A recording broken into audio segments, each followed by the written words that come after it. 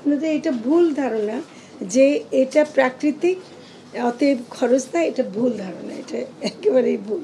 যে পরিমাণ মাছ উঠলে আমার এই খরচটা উঠতো তা ওঠেনি। আচ্ছা মাননীয় উপদেষ্টা, আমি আরেকটা প্রশ্ন করি। আপনি সেটা হলো যে আমরা যে রুই বা কাতল আমরা চাষাবাদ করি, সেটা হয়তো বাজার মূল্য সর্বোচ্চ 400 টাকা। এখানে আপনার শ্রমিক আছে, খাবার আছে, পুকুর আছে, নানান ধরনের টাকা ইনভেস্ট করতে হয়। ইলিশে কিন্তু কোনো খাবার দিতে হয় না, কোনো কিছু দিতে হয় না। তো এই ক্ষেত্রে ইলিশের শুধু আহরণ থেকে সংরক্ষণ বাজার পর্যন্ত মূল্য, তাহলে এত দাম কেন? আহরণের খরচ নাই? সেটাই বললাম, কি বলছেন এটা? আহরণের বিশাল খরচ, আপনার ডিজেল লাগে, তারপর ওদের বরফ লাগে, ওদেরকে রাখতে হয়, এবং এটা শ্রমিকের খরচ আছে। আহরণের খরচ অনেক বেশি।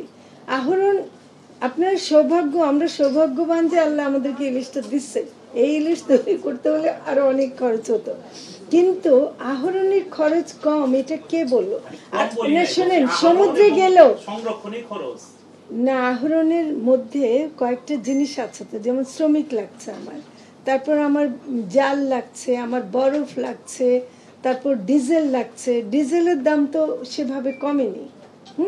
তো এই যে নানা রকম ইয়ে লাগছে, মানে খরচ আছে, সেই খরচটা তো আমাকে বহন করতে হচ্ছে। এবং অনেকে এই খরচটা করে, এবার শুনছে যে সমুদ্রে যারা গেছিল ট্রলার নিয়ে, তারা যেই সময় ফেরার কথা ফেরেনি, কারণ যথেষ্ট পরিমাণ ইলিশ পায়নি।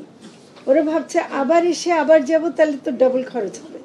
তো সেটাই, যেমন এই খরচটাও কিন্তু তারা হিসাব করেছে যে আমি মাছ সমুদ্রে গেলাম, আমার তো যা ডিজেল খরচ হওয়ার তো হয়ে গেছে, আবার ফেরত আসতে গেলে একই খরচ হবে, কিন্তু যেই পরিমাণ মাছ উঠলে আমার এই খরচটা উঠতো তা ওঠেনি।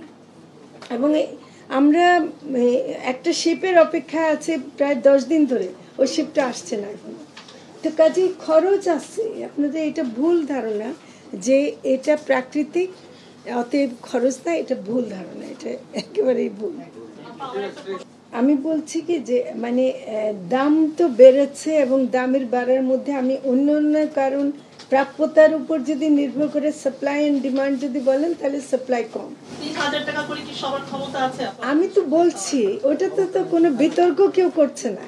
হ্যাঁ, বাংলাদেশ আমার দেশ, সবার দেশ, তো কেন খাবে না? না না,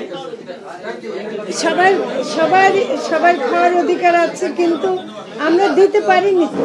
আমরা না পেলে কেমনে খাবো?